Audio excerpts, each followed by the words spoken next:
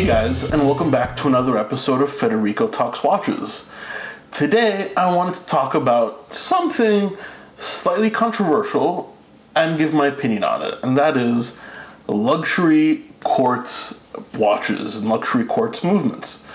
Or rather, quartz movements in luxury watches. Before we get started, customary wrist check. I'm wearing the Submariner pre-ceramic on a olive NATO strap. I don't give this piece a lot of attention, but I felt like wearing it lately, and you know what? It feels pretty good.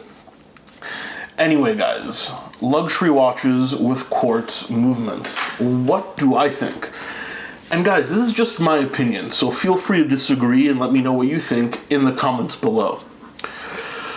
Personally, I'm not a massive fan, and I have yet to own a luxury quartz piece. Now, a luxury quartz piece is an analog watch, not digital, those have, their uses, but an analog watch, I'd say above $1,000 with a quartz standard ETA or Ronda movement. Now, as I said, I'm not a huge fan. Now, why is that? Now, for me, the watch isn't all about the movement. In my collection philosophy video, which I'll link right up top, I talked about why I love, collecting watches. And I said only part of it was the mechanics. Most of it is the design, the feeling a watch gives me, aesthetics.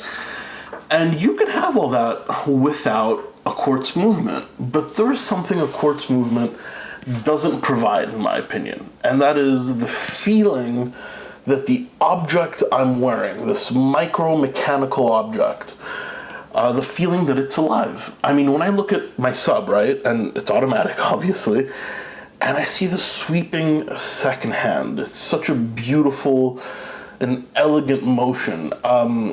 It reminds me that my watch is alive and was assembled by hand, or in this case, actually, probably in an assembly line, but that a lot of care was taken to create it. It's not simply a microchip and a circuit. Not to say that all quartz movements are created equal, because they're certainly not. I mean, Breitling and Chopard recently have come out with thermocompensated quartz movements, which are fantastic and super, super accurate. We're talking accurate 2 to 3 seconds a month.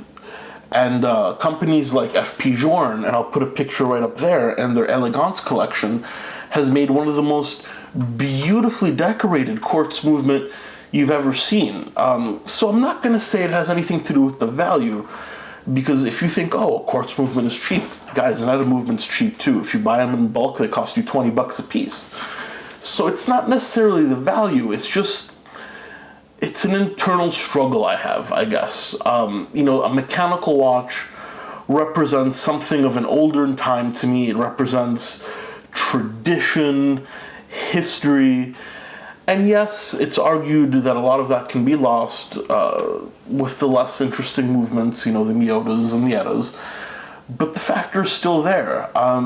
If you guys want accuracy and you want great engineering, and maybe you're more of a tech guy, then these thermocompensated quartz are fantastic. Even the non-thermocompensated ones. I mean, quartz movements made by Seiko, some of them have this great technology where using radio frequencies, they automatically set an accurate time according to the atomic clock. And that's extremely impressive. And it's always going to be much more accurate than a COSC-certified chronometer-grade Patek Philippe movement. It just is the way it is. But for me, it's not about accuracy. It's about that little extra, the feeling that the movement is alive, the feeling of history on my wrist. And, maybe it's a little bit corny, and I'm not saying you guys should agree with me, but that's my explanation. That's how it makes me feel.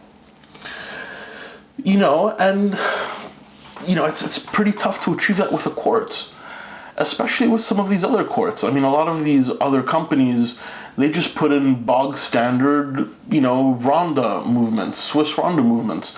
Nothing wrong with them, but plastic spacers, little microchip, little quartz crystal.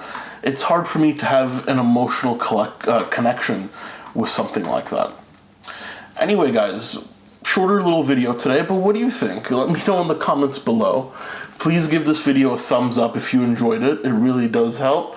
And don't forget to hit that subscribe button, for more content. I've got a great new watch review coming out in a couple of days, I believe on Sunday.